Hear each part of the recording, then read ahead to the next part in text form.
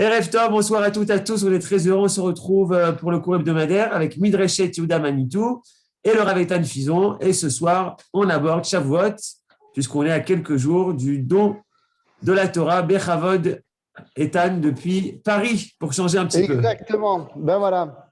Tov, alors, Erev Tov, les Koulam, merci d'ailleurs d'avoir accepté le changement d'horaire. C'était un petit peu compliqué, 5 heures à Paris, j'y serais pas arrivé. Donc, allons-y. Allons-y. Ma question, et c'est le titre du cours, mais enfin, qui est donc ce Iftzan? Qui est donc Monsieur Iftzan? Voilà, c'est la question et c'est le sujet de notre cours également. Alors d'abord, est-ce qu'il y a des gens qui ont déjà entendu parler de Iftzan? Ben non, c'est qui ce mec?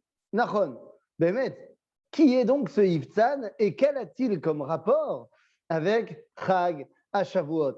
Eh bien les amis, je vous amène tout de suite dans le Talmud. Dans le traité de Baba Batra.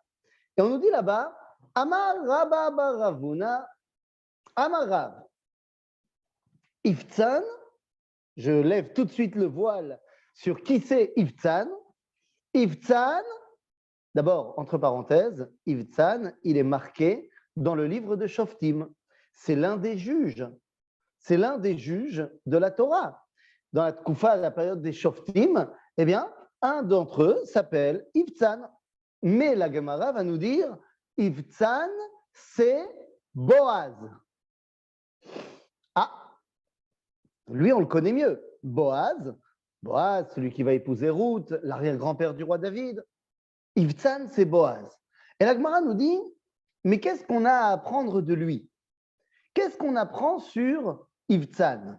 Eh bien, nous dit le Talmud, dans le livre de Shoftim, il y a marqué, Vaïlo, à propos de Iftzan, Vaïlo shloshim banim ve shloshim banot. Il avait 30 fils et 30 filles. Et il les a tous mariés. Mais attention, lorsqu'il les a tous mariés, nous dit le Talmud qu'il a fait un mishté dans la famille du Khatan et un mishté dans la famille de la Kala. Donc ça veut dire qu'en tout, Iftzan, il a payé pour 120 festins. 30 garçons x 2, 30 filles x 2. Donc 120 festins. Ok, pourquoi pas? Seulement le Talmud nous dit, et c'est ça qui m'intéresse, Ubekulam lo izmin et manoach. Il a fait 120 festins et la Torah prend la peine de me dire qu'à aucun des festins, il a invité Manoach. Mais qui est ce Manoach? Les amis, Manoach, c'est qui? On le connaît, Manoach. C'est un papa. Il est plus connu pour son fils que pour lui. Il est le père de Shimshon. Shimshon à Gibor. Donc, de là, j'en conclus une chose très importante, c'est que Boaz, Iftzan et Manoach se connaissent. Ils vivent dans la même époque et tout ce qu'on m'apprend ici, c'est que l'un a une dent contre l'autre, ils ne sont pas copains, à tel point qu'il ne l'invitera pas au festin du mariage de ses enfants. Pourquoi y a-t-il cette rancœur, cet affrontement entre Iftzan, Boaz et Manoach? Mais les amis, c'est ça qu'on va essayer de comprendre aujourd'hui ensemble. Alors je sors 2 secondes de Iftzan et Boaz pour revenir un petit peu plus dans notre histoire du Mahamad Har-Sinaï. Vous allez voir, on y reviendra juste après. Mahamad Har-Sinaï, c'est Afemod, Kol HaKavod, mais on a un problème quand on parle du Mahamad Har-Sinaï, où ça se passe? Où se passe le Mahamad Har-Sinaï? Vous le savez évidemment, c'est un secret pour personne, ça se passe au mont Sinaï. Mais connaîtriez-vous un autre nom qui est donné à cette montagne? Horeb. À Horeb, ou alors Har HaElohim. Le problème, c'est que le verset dans le livre de Bamidbar, au chapitre 10, nous dit Vayisou mehar Hashem derech shloshet yamim ve'aron brit Hashem nosea lifnehem derech shloshet yamim latur lahem menucha. Alors que d'habitude, Har Sinai s'appelle Har Sinai, Har Chorev, Har Elohim. Ici, on va nous dire Vayissou Mehar Hashem, Yudke Vavke. Vous allez me dire, bah, qu'est-ce que ça nous change? C'est pas très grave. Oui, mais quand même. Le Maharsha, un des grands commentateurs, vient nous dire c'est très très bizarre. Parce que le mont Sinaï ne s'appelle pas Har Hashem. Dans la tradition de la Torah écrite et de la Torah orale, nous dit le Maharsha, Har Hashem, c'est le nom de Har Hamoria. C'est le nom de la maison, de la montagne Tzlicha, où il y a la maison de Dieu. Har Hamoria. Et donc c'est très très bizarre qu'ils aient appelé Har Sinai, Har Hashem. Le fait qu'ils aient appelé Har Sinai, Har Hashem, alors que normalement, Har Hashem, eh bien, c'est uniquement Har Hamoria, eh bien, ça commence à nous faire comprendre qu'autour du mont Sinaï, il y a un problème. Que les Béné Israël qui sont réunis là-bas au mont Sinaï ont peut-être un bug dans leur compréhension entre la différence qu'il doit y avoir entre le mont Sinaï et Har Hashem, entre le mont Sinaï et le mont Moria. Ainsi nous dira le Maharsha. Donc en fait, quand on te dit Vayissou me Har Hashem, c'est pas que Har Hashem, Vayissou, mais Har Hashem. Ils ont voyagé, pas depuis Har Hashem, mais loin de Har Hashem. Et donc en fait, oui, ça veut dire qu'ils sont partis du mont Sinaï, mais ça veut surtout dire qu'ils n'ont pas voulu arriver au Har Hamoria. Et maintenant, je vous pose la question suivante. D'après ce que vous avez appris, si je vous pose la question à chacun d'entre vous, et je vous dis, voilà, Dieu s'est révélé au peuple juif quand on était autour du mont Sinaï. Qu'est-ce qu'il nous a dit? Alors, vous pouvez allumer vos micros, aidez-moi. Qu'est-ce qu'il a dit, Dieu, au peuple juif quand on était au mont Sinaï? Bon, c'est facile. Les 10 ou les 2? Eh oui, les 10. Les 10 commandements, les 2 commandements, l'O Meshané. Et pourtant, quand on regarde dans la Torah, dans le livre de Dvarim, au chapitre 1, eh bien, Moshe Rabbeinu nous enseigne que Dieu, en fait, il a dit autre chose. Ele adevarim, asher diber Moshe el kol Israël, be'ever hayarden, במדבר, בערבה, מול סוף, בין פרן ובין תופל, לבין חצרות, לבן וחצרות ודי זהב. 11 יום מחורב, דרך הר שעיר, עד קדש ברנע. Donc voilà, on nous présente topographiquement où se tient Moshe pour faire son dernier grand discours. Et on dit, ויהי ב-40 שנה ב-12 חודש, באחד לחודש, דיבר משה אל בני ישראל. ככל אשר ציווה השם אותו. עליהם. אחרי הכותו את סיחון מלך האמורי, אשר יושב בחשבון, ואת עוג מלך הבשן, אשר יושב בעשרות באדרעי, בעבר הירדן, בארץ מואב, הואיל משה ביאר את התורה הזאת לאמור. Et voilà ce qui m'intéresse. Moshe nous parle et nous dit, c'est une conclusion de tous nos périples depuis la sortie d'Égypte, et Moshe nous dit, Hashem Eloheinu diber elenu bechorev lemor. Dieu, notre Dieu, nous a dit quand on était à Chorev.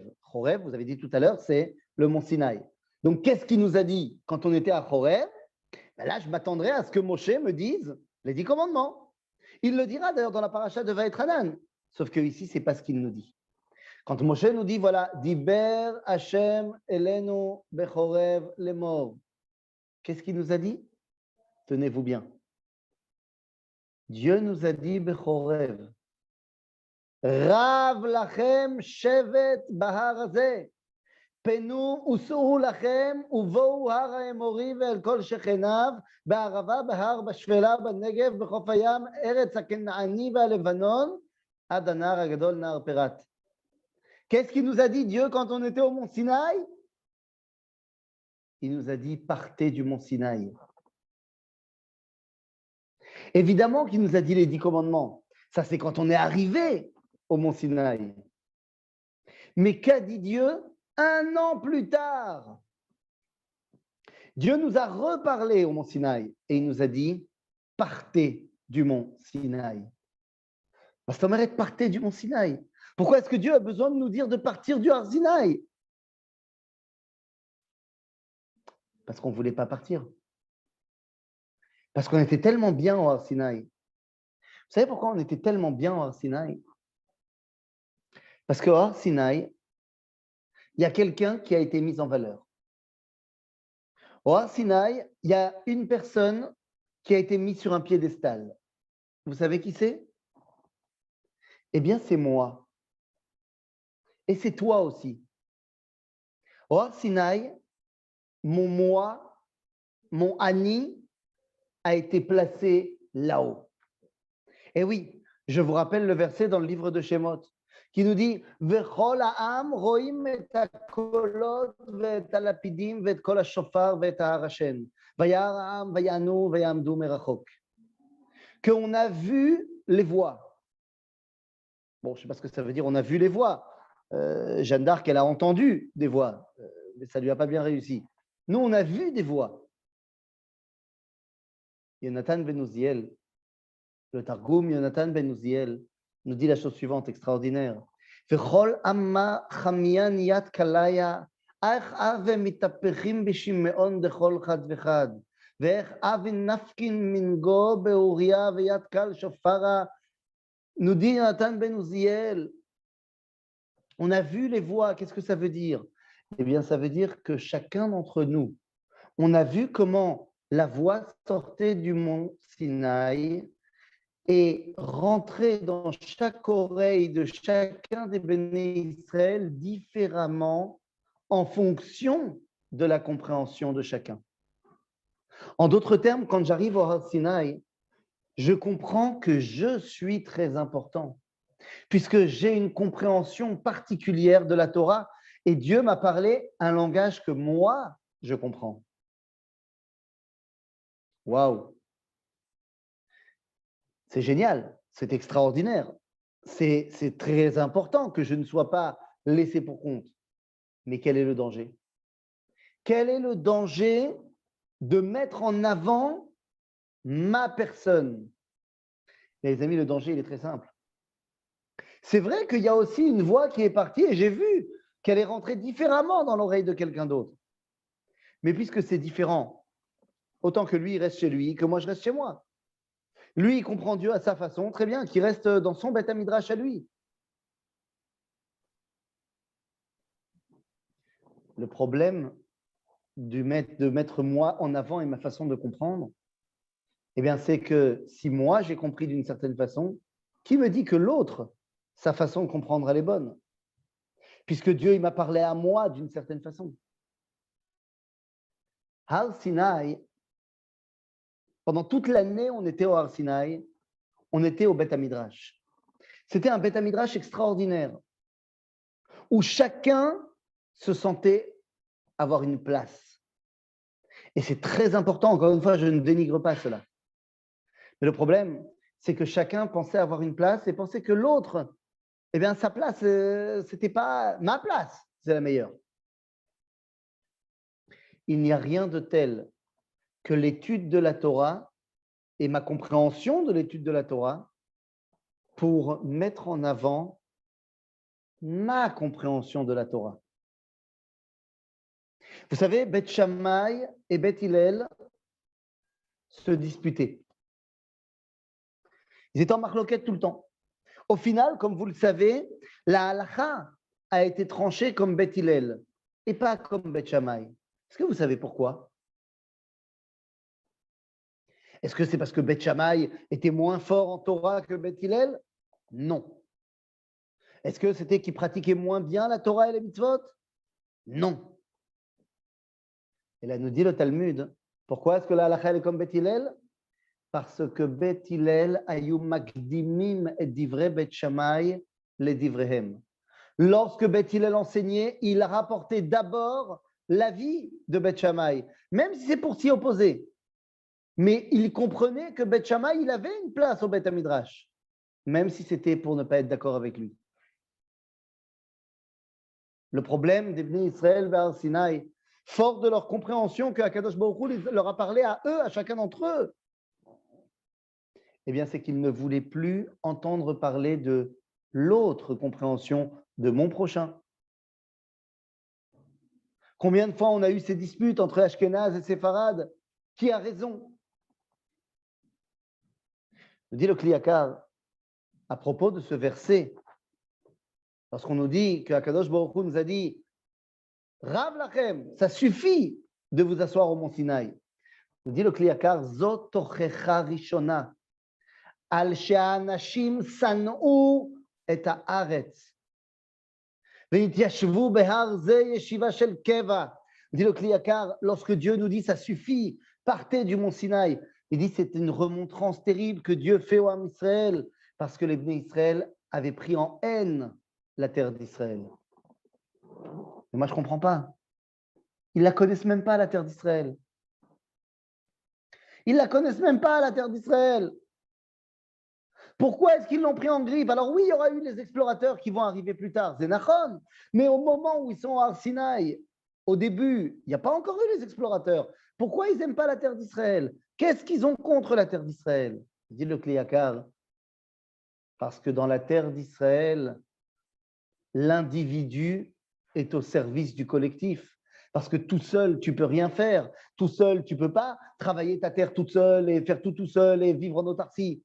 Dans la terre d'Israël, tu es obligé d'avoir un contact avec les autres. Tant dans ton rapport à la terre, mais dans ton rapport à la Torah également. Ah oui, Bechutz La'aretz, tu peux vivre ta Torah individuellement. Bamidbar, il n'y a pas de problème. Lorsque ils ont compris qu'ils avaient un rôle à jouer en tant qu'individus, et c'est vrai, ils ont voulu dénigrer le rôle du collectif. Toute la machloket, elle est là. Est-ce que la Torah et Mahamad Ar-Sinaï, c'est une idéalisation de l'individu qui doit se rattacher à Dieu, ou est-ce une idéalisation du collectif dans lequel peut s'exprimer chaque individu? Eh bien, les amis, c'est toute la machloket qui existe entre Boaz et Manoach, entre Boaz et notre fameux Iftzan. Ben oui. Regardez ce verset du livre de Shoftim qui nous met en scène Shimshon Agibor. On dit Vayirdu 3,000 ish mi Yehuda אל סעיף סלע איתן, ויאמרו לי שמשון, הלא ידעת כי מושלים בנו פלישתים, ומה זאת עשית לנו? ויאמר להם, כאשר עשו לי, כן עשיתי להם. Vous connaissez l'histoire de Shimshon. Shimshon fait une guérilla individuelle contre les Philistins. Et Bnei Yehuda, ils viennent le voir et lui disent, mais tu ne te rends pas compte que tes actions sont en train de nous porter préjudice à nous tous? Il y a quelqu'un qui voulait parler? Non? Ok. Les Bnei Yehuda, ils viennent voir Shimshon et lui disent, mais enfin, tu n'as pas compris que ce que tu es en train de faire nous met tous en danger? Nous met tous en danger.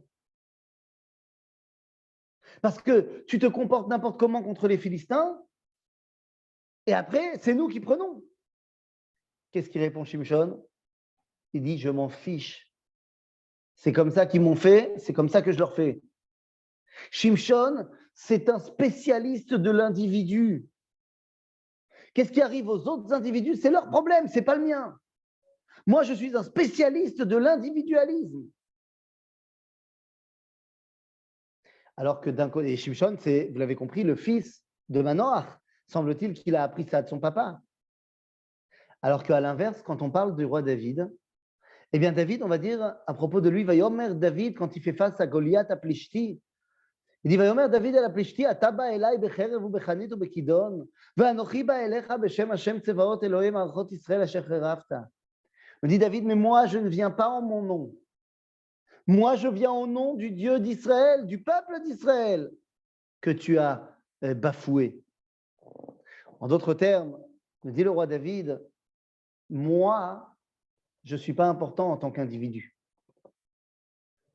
Moi, je ne suis important qu'en tant que représentant du peuple juif. Boaz, c'est Torah Taklal. Ivtzan, c'est Torah Taklal. Manoach, c'est Torah Taprat. Quand on était au Har Sinaï, on était à fond dans Torah Taprat. Mais le but du jeu, c'est d'arriver Behar Hashem. Et quand tu arrives Behar Hashem, alors tu t'élèves à Torah Taklal. Puisque Behar Moria, eh bien, tu te rappelles d'une chose. Je l'ai dit et redit et redit, donc c'est quelque chose qui est une évidence maintenant. Et surtout qu'on a certainement beaucoup tous parlé à l'approche de Yom Yerushalayim. Vous vous rappelez que Har Moria, c'est un endroit que David n'a pas conquis. Le reste de Jérusalem a été conquis par David, mais pas le mont Moria. Le mont Moria, David l'a acheté. Et vous vous rappelez combien il l'a acheté? D'après le livre de Shmuel, il l'a acheté 50 shekels. Mais d'après le livre de Divrei Yamim, il l'a acheté 600 shekels. Et la Gemara dans Chagiga de répondre, mais oui, parce que David a acheté 50 shekels au nom de la tribu de Yehuda. Et chaque tribu a payé 50 shekels pour arriver à 12 fois 50, 600 shekels. En d'autres termes, Rabotai, Har Moria, c'est l'endroit du klal. Tu ne peux pas être tout seul au Har Moria. C'est pour ça qu'il y aura chaque semaine un représentant des Kohanim, un représentant des Lévi'im et un représentant du Ham Israël. Il y a ce qu'on appelle Mishmarot Keuna, Mishmarot Leviya et Mahamadot Israël. Parce que tu as besoin en permanence de cette relation avec le klal, avec l'entité collective du peuple juif.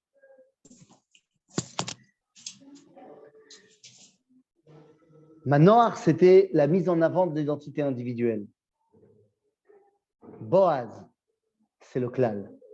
Il y a un grand principe dans les Shlosh Esrei Midot, Shatorah Nidreshet Bahem, les 13 attributs par lesquels on peut comprendre la Torah. Il y en a un qui dit Veklal shehu tzarich lifrat, veprat shehu tzarich liklal.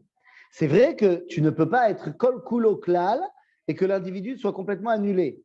Mais tu ne peux pas être un individu qui ne se rattache pas à la collectivité. Alors peut-être c'est la raison pour laquelle, vous savez, demain, c'est Rosh Chodesh. Il a fait mal. Comme demain c'est Rosh Chodesh, eh bien on va faire le Hallel à moitié, et puis on ne va pas dire Tachanoun. On ne va pas dire Tachanoun. On ne va pas dire Tachanoun. C'est Rosh Chodesh, c'est normal. Vendredi, on ne va pas dire Tachanoun non plus. Pourquoi on ne va pas dire Tachanoun non plus? Parce que vendredi, ça sera le 3 Sivan. Shabbat, on ne dira pas, bon évidemment, mais ce sera aussi le 4 Sivan. Dimanche, on ne dira pas non plus parce que ce sera le 5 Sivan.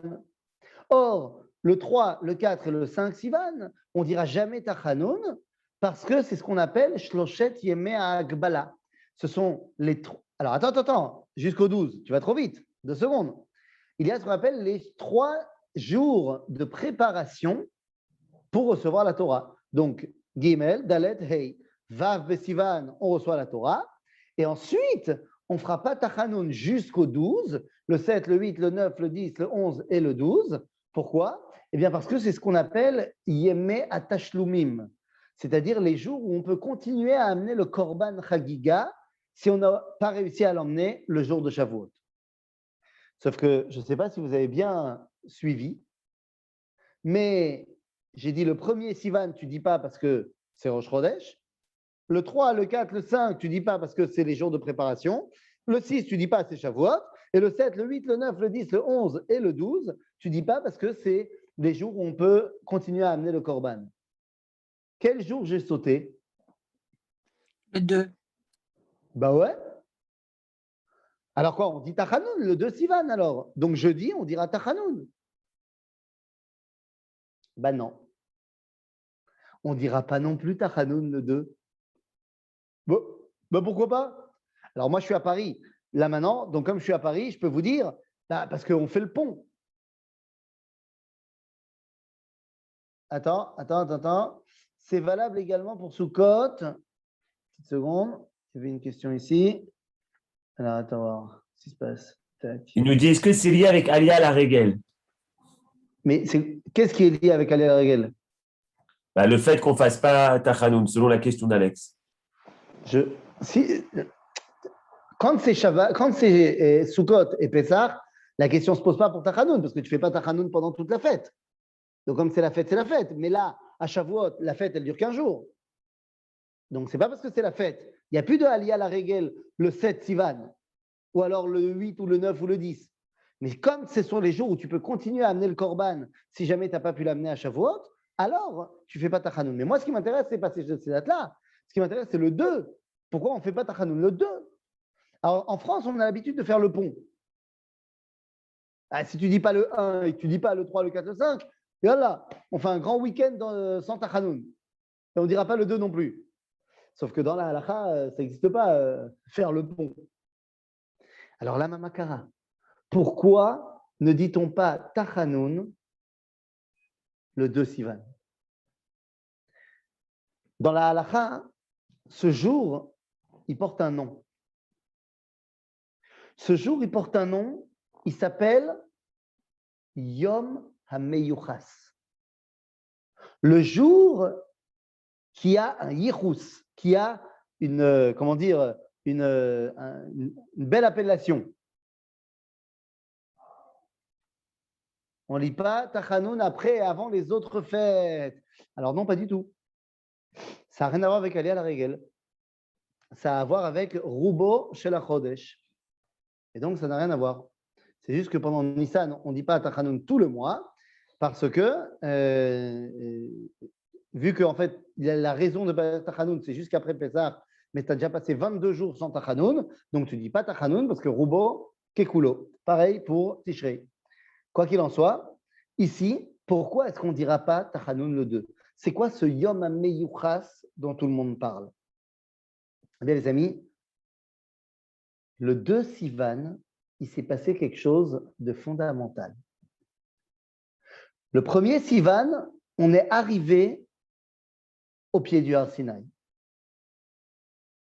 Le 3, le 4, le 5, on s'est préparé pour Mahamad Har Sinaï. Le 2, c'est le moment où Moshe Rabbeinu, non, on ne fait pas le pont, mon ami. Le 2 Sivan, il s'est vraiment passé quelque chose qui, Vehoder, mérite qu'on fasse pas Tachanoun. Le 2 Sivan. Le 2 Sivan, il s'est passé quelque chose de fondamental. Je prends le verset simplement pour que vous sachiez exactement de quoi on parle. Hop là. Où est-ce qu'il est mon verset? Voilà. Je prends mon verset 2 secondes pour qu'on comprenne de quoi on parle.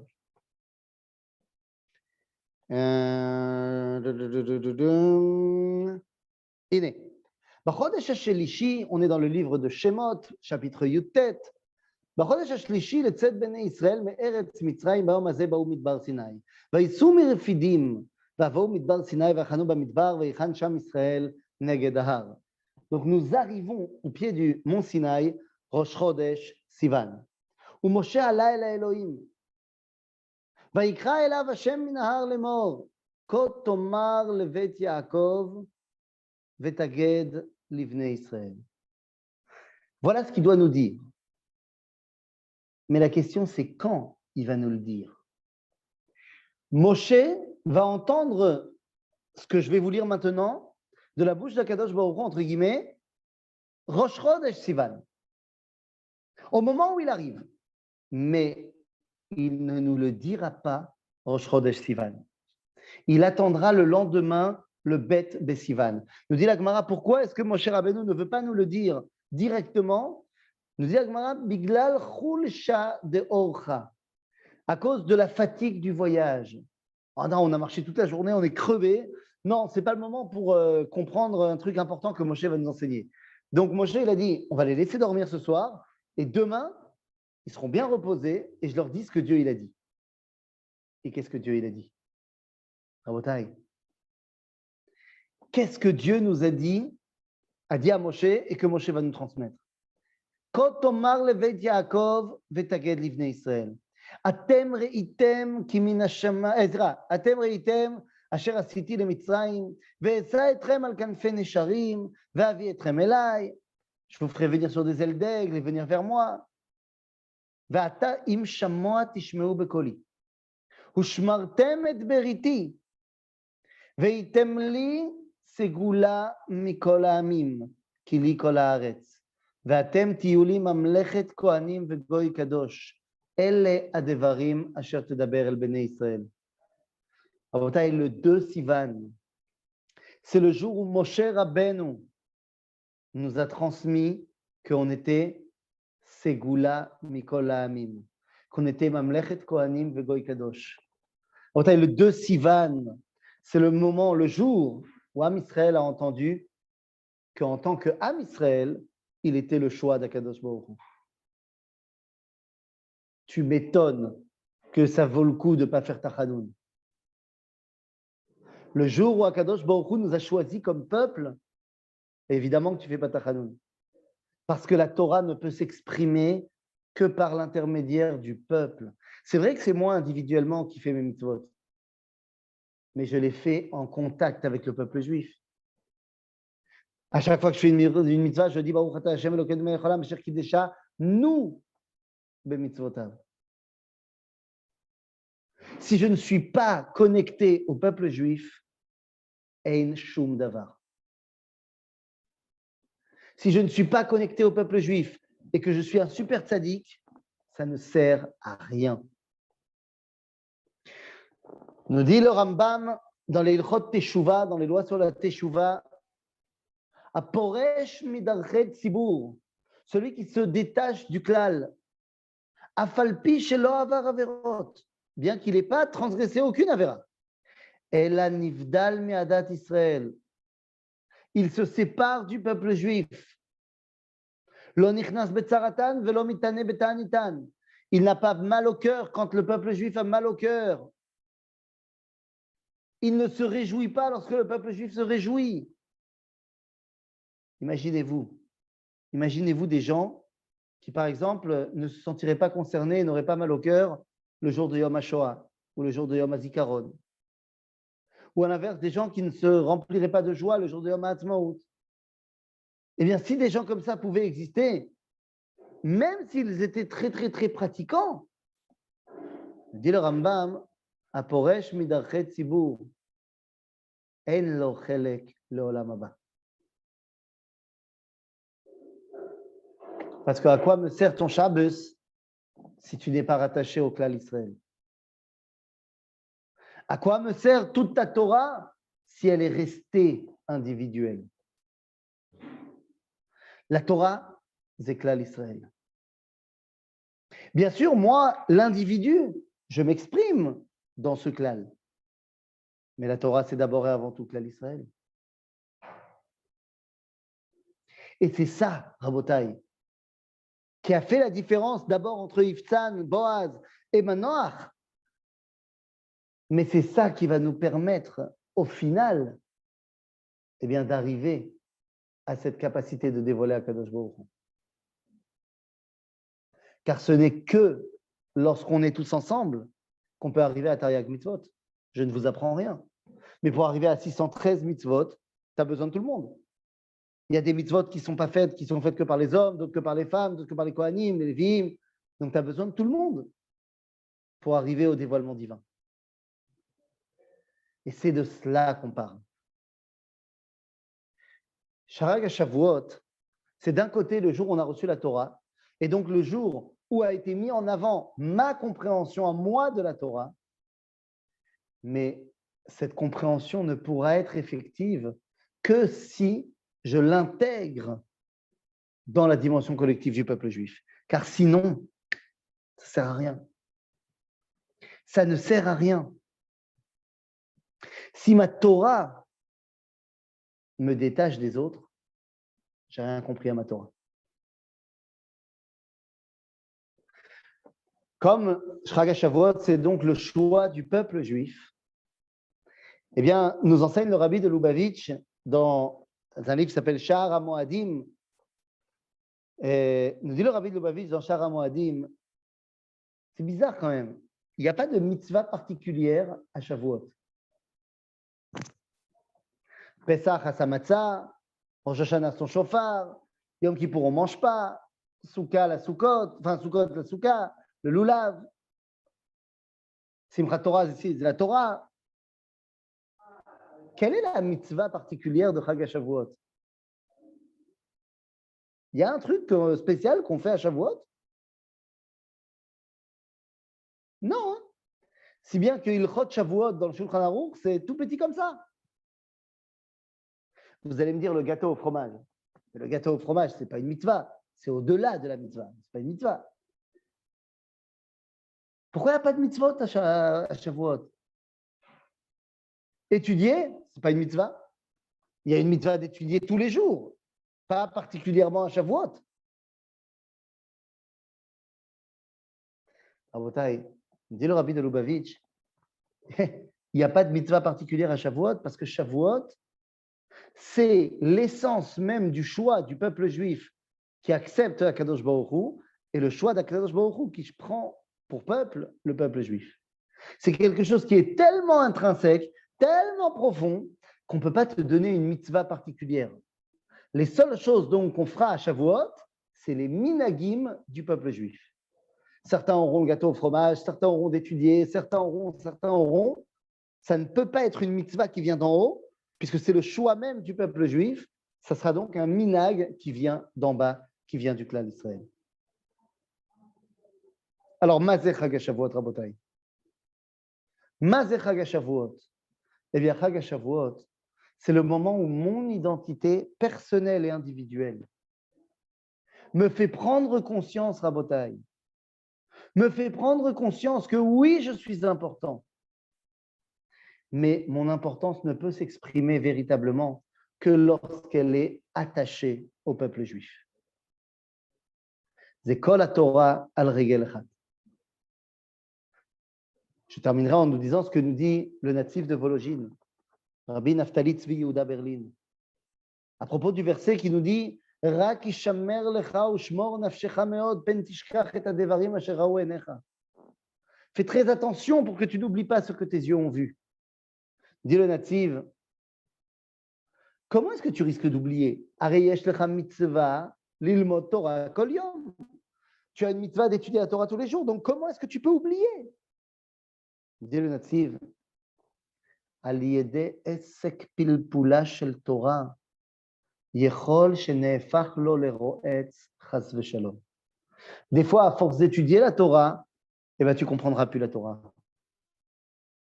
Et elle va se transformer en quelque chose d'abominable. Qu'est-ce que ça veut dire? À force d'étudier, mais c'est très bien d'étudier. Mais on a dit au début de notre cours, quand tu étudies, tu mets en avant le côté individuel. C'est ma compréhension. Et si le fait d'étudier te fait arriver à prendre conscience que sa compréhension n'est pas bonne, et donc tu dois te détacher de lui, alors tu n'as rien compris à la Torah. La Torah, c'est Am Israël qui peut dévoiler Akadosh Baruch Hu. Et moi, je suis une des expressions du Am Israël. Une fois que j'ai compris ça, alors j'ai compris toute la Torah Kula. Et une fois que j'ai compris ça, alors je comprends finalement que Boaz et Iftzan, ils n'arrivaient pas à se mettre ensemble. Mais la Torah nous dit, on a besoin et de Boaz et de Iftzan. Car je vous rappelle que pour construire le Beth Amikdash, le Mishkan, il y avait deux constructeurs en chef. L'un s'appelait Betzalel ben Uri ben Hur le Maté Yehuda et l'autre s'appelait Aolivama ben Achisama le Maté Dan. Semble-t-il que pour construire le Beth Amikdash, tu as besoin de la tribu de Yehuda et de la tribu de Dan. Boaz était le chef de la tribu de Yehuda. Manoach était le chef de la tribu de Dan. Dan, c'est Aprat. Yehuda, c'est Aklal. Si on veut arriver au dévoilement de Dieu, Behar Hashem, On a besoin, comme on dit tous les matins, de prat shehu tzarich leklal, veklal shehu tzarich lifrat. On a besoin de cette double dimension Bechag HaShavuot. On se présente tel des individus et on se rattache au Klal Israël. Et ainsi, on peut réussir à dévoiler la volonté d'Akadosh Baruch Hu Baolam Azeh. Chazak ou Baruch. Et je dois me dépêcher d'aller faire une bdika de Corona avant que ça ferme. Toda Rabba, merci beaucoup, Ethan. Même à Paris, tu étais là pour nous. T'as vu? Est-ce qu'il y a des questions? Oui, merci.